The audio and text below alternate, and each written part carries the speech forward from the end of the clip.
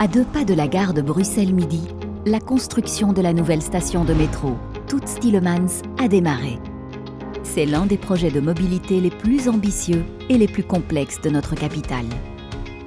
Située sur la ligne de métro 3, nouvelle artère du transport public bruxellois, la station Toots Thielemans facilitera l'accès au quartier qui entoure le Palais du Midi.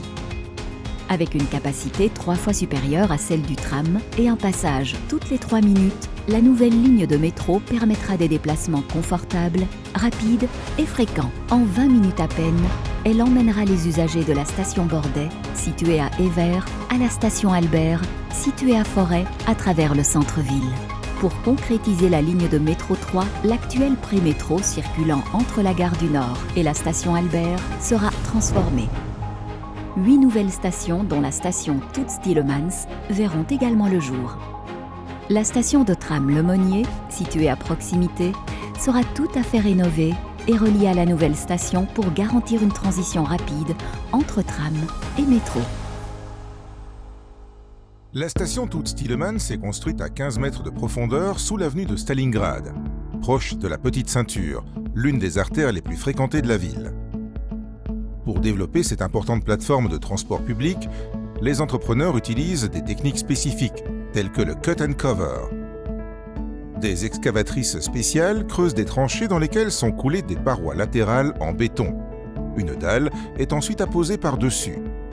Cette construction solide permet de continuer à creuser progressivement sous la dalle et d'exécuter l'essentiel des travaux en souterrain, limitant ainsi les nuisances en surface. La même technique de cut and cover est utilisée pour construire un tunnel de métro de 200 mètres de long sous le boulevard Jamard. Ce tunnel reliera la station Toots Thielemans à l'infrastructure existante près de la gare du Midi. À cet endroit, le sous-sol est particulièrement complexe et nécessite un travail de haute précision. On creuse sous l'actuel tunnel du tram, au cœur d'un réseau complexe de collecteurs d'eau usée. Pour opérer sans danger, on utilise des techniques de congélation du sol. En gelant les eaux souterraines et en rendant le sol imperméable, ces techniques permettent de creuser en toute sécurité. L'autre côté de la nouvelle station représente aussi un défi particulier. Pour relier la station Toots Thielemans au réseau existant, il faut creuser un tunnel de liaison juste sous le Palais du Midi. Ce n'est possible qu'en renforçant d'abord ce bâtiment historique à partir des caves, pour appliquer ensuite la technique du jet grouting. Une colonne, porteuse et étanche, sera créée en injectant du ciment à forte pression et en le malaxant avec le sol. Une dalle sera ensuite apposée afin que le reste des travaux puisse se poursuivre en souterrain.